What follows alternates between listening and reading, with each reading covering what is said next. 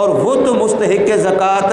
نہیں ہے۔ جو مستحق ذکات تھا بالفرض وہ مرنے والا جو مقروض دنیا سے چلا گیا، اب وہ مالک بن نہیں سکتا، اور جس نے لینا ہے وہ مستحق ذکات نہیں ہے، اس لیے ہم اس کا قرضہ وہ بھی زکوٰۃ کے پیسے سے ادا نہیں کر سکتے۔ ہاں البتہ اگر اس کے اعزاء اقارب رشتہ داروں میں سے کوئی مستحق زکوٰۃ ہو، ہم اس کو زکوٰۃ کے پیسے دیں، پھر اسے ترغیب دیں کہ تو مرنے والے کا قرضہ ادا کر دے، تیرے پاس پہلے تو پیسے نہیں تھے، اب اللہ نے تیرے پاس بھیج دیے ہیں پیسے، تو میت کا مرنے والے کا قرضہ ادا کر دے، تو یہ ٹھیک ہے۔ اسی طریقے سے بہت سارے لوگ یہ بات پوچھتے ہیں کہ جی فلاں بندہ بڑا غریب ہے اور اس نے میرا قرضہ دینا ہے اور میں نے زکوٰۃ ادا کرنی ہے، تو میں زکوٰۃ میں وہ قرضہ اس کو معاف کر دیتا ہوں، اس کو کہہ دیتا ہوں کہ تو نے جو میرا 20,000 ہے، 15 ہے، 50 ہے، لاکھ ہے دینا ہے، تو وہ زکوٰۃ میں نے تجھے دے دیا، اب تیرے پر وہ قرضہ ختم ہو گیا۔ اسے کہتے ہیں براءت، یعنی اس کے ذمے میں جو قرضہ لازم تھا ہم نے اس کو اس ذمے سے بری کر دیا، تو یہ بھی شرعاً جائز نہیں ہے۔ آپ اس کو قرضہ یوں معاف کریں گے اور زکوٰۃ میں یوں منہا کریں گے تو آپ کی زکوٰۃ ادا نہیں ہوگی۔ اس کی صورت یہی ہو سکتی ہے کہ آپ قرضے میں جتنا اسے معاف کرنا چاہتے ہیں، زکوٰۃ میں منہا کرنا چاہتے ہیں، آپ اتنے پیسے اپنے ہاتھ سے اس کو دے دیں،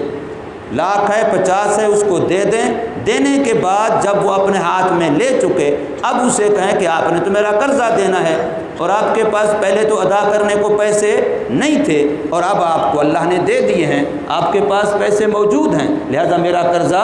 ادا کرو، تو اب وہ پیسے آپ کو واپس کر دے اپنے سر سے قرضہ اتارنے کے لیے، تو آپ کی زکوٰۃ ادا ہو گئی اور اس کا قرضہ ادا ہو گیا۔ اسی طریقے سے یہ شکل بن سکتی ہے۔ ایسے ہی بسا اوقات لوگ ایسا کرتے ہیں کہ کوئی غریب آدمی ہے، اس کی بچی کی شادی ہے اور یہاں رواج ہے کہ بچی والے وہ ایک وقت کا کھانا دیتے ہیں بیٹے والوں کو، لڑکے والوں کو، دلہے والوں کو۔ اب وہ کھانا دینے کی سخت نہیں رکھتا بیچارہ بچی والا، تو کئی سارے لوگ مخیر، چلو بھی زکوٰۃ کے پیسے سے میں آپ کی طرف سے، آپ کی بچی کی طرف سے وہ برات والوں کو کھانا دے دیتا ہوں، تو یہ بھی جائز نہیں ہے۔ آپ کھانا ان کو نہ دیں، اس لیے کہ یہ کھانا کھائیں گے وہ برات والے جو آئیں گے، ان میں سارے مستحق زکوٰۃ نہیں ہوں گے، ان میں تو اچھے اچھے صاحب حیثیت لوگ ہوں گے، ان میں تو زکوٰۃ دینے والے لوگ ہوں گے۔ آپ جتنا ان کھانے پر پیسے لگتے ہیں، آپ وہی پیسے اس بچی کو پکڑا دیں، اور بچی بذات خود عام طور پر جو غریبوں کی بیٹیاں ہوتی ہیں، خصوصاً وہ مستحق زکوٰۃ ہوتی ہیں، ان کو پیسے پکڑا دیں، اب وہ اپنی طرف سے اپنے اسی کھانے کا بل ادا کریں، تو یہ صورت آپ کی طرف سے زکوٰۃ کی ادائیگی کی ٹھیک ہو جائے گی اور ان کی مدد بھی ہو جائے گی۔ اسی طریقے سے بہت سارے لوگ ایسا کرتے ہیں کہ کوئی چیز زکوٰۃ کے پیسے سے خرید لیتے ہیں اور خریدنے کے بعد اس کو لوگوں کے لیے مباح کر دیتے ہیں کہ بھی یہ ہم نے ایمبولینس خرید لی ہے، یہ زکوٰۃ کے پیسے سے، اب یہ گاؤں میں محلے میں فلاں جگہ پر کھڑی ہے، جس بندے کو ضرورت پڑے وہ فون کرے اور یہ اس کو لے جائے، یہ تمہاری ضرورت پوری کرے گی۔ تو اب یہ جو آپ نے ایک ایمبولینس بطور مثال کے کہہ رہا ہوں، کوئی بھی چیز ہو تو اس میں بھی زکوٰۃ کا پیسہ لگانا جائز نہیں ہے۔ کیوں؟ اس لیے کہ وہ جو ایمبولینس ہے یا کوئی چیز ہے، آپ نے اس کی ذات کا کسی کو مالک نہیں بنایا، اور حالانکہ اس پر پیسہ آپ نے زکوٰۃ کا لگایا اور زکوٰۃ کے پیسے میں تملیک شرط تھی، اور یہاں آپ نے کسی کو مالک تو بنایا نہیں ہے، اس وجہ سے یہ صورت بھی زکوٰۃ کے ادا کرنے کی ٹھیک نہیں ہے۔ اسی طریقے سے کل کے پرسوں یہ مسئلہ بیان کیا تھا کہ شان یہی ہے، حق یہی ہے، عظمت یہی ہے کہ ہم اپنے دینی رہنماؤں کو، امام مسجد ہے، مولوی صاحب ہے، فلاں ہے، ان کو زکوٰۃ کے پیسے سے نہ پالیں، چونکہ زکوٰۃ ہمارے مال کی میل کچیل ہے، اور میل کچیل اس لیے سید کو دینا جائز نہیں ہے، تو ہم بھی اپنے امام کو زکوٰۃ کے پیسے سے کپڑے پہنوائیں، زکوٰۃ کے پیسے سے کھانا کھلائیں، پھر وہ ہماری امامت کر رہا ہو، تو یہ ہماری شان کے خلاف ہے، مناسب نہیں ہے۔ اس کا یہ معنی کوئی نہ سمجھ لے، غلط فہمی نہ پیدا ہو جائے کہ شاید وہ مستحق ہو پھر بھی دینا جائز نہیں ہے، اس کو دینا بالکل جائز ہے اور بلکہ دینا چاہیے۔ جیسے میں نے دو مصارف پر زیادہ زور دیا تھا، ایک یہ کہ زکوٰۃ اپنے رشتہ داروں میں مستحق کو دیں، اور دوسرا یہ کہ زکوٰۃ ایسی جگہ میں دیں جہاں آپ کی زکوٰۃ بھی ادا ہو اور ساتھ اشاعت دین کا ذریعہ بھی بنے،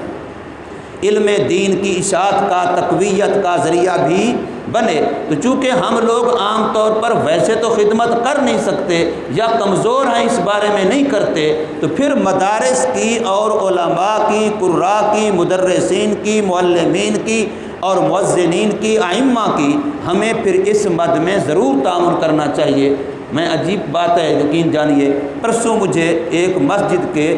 یعنی جیسے ہمارے ہاں ذمہ دار ہیں الحمدللہ کمیٹی والے، اس کے ذمہ دار کا فون آیا کہ ہمارے امام کی تنخواہ 6,500 روپے ہے۔ اب ظاہر ہے اس کی بیوی بچے بھی ہیں، 6,500 روپے کیا ہے اس کی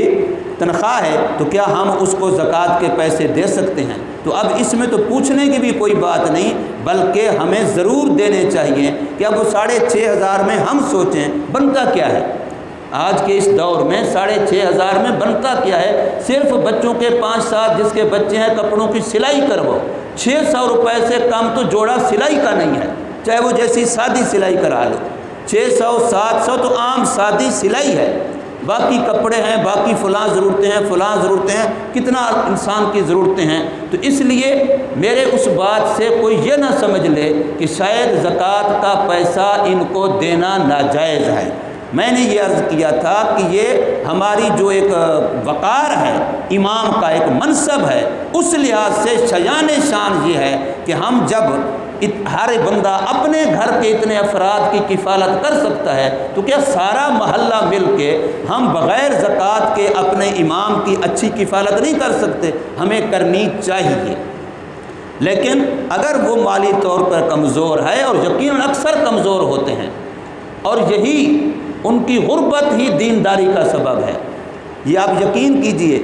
جو اصل دیندار لوگ وہ زیادہ تر غربت کی وجہ سے دیندار، لیکن بعد میں دینداری اللہ پاک پھر آگے اولاد در اولاد، نسل در نسل میں چلا دیتے ہیں۔ تو اس وجہ سے میری اس بات سے کوئی یہ نہ سمجھ لے کہ شاید امام مسجد کو، مدرس قرآن کو، یا اس طریقے سے جو مؤذن ہے، جو آپ کا مولوی صاحب ہے، اس کو زکوٰۃ دینا ناجائز ہے، یہ میں نے مسئلہ بیان نہیں کیا، بلکہ میں نے یہ عرض کیا کہ اس کے وقار کا اور اس کی شان کا حق یہ ہے کہ ہم زکوٰۃ کے مال کے علاوہ سے ان کی اچھے انداز سے کفالت کریں۔ اللہ تبارک و تعالی ہمیں مسئلوں کو سمجھنے کی اور اس پر عمل کرنے کی توفیق عطا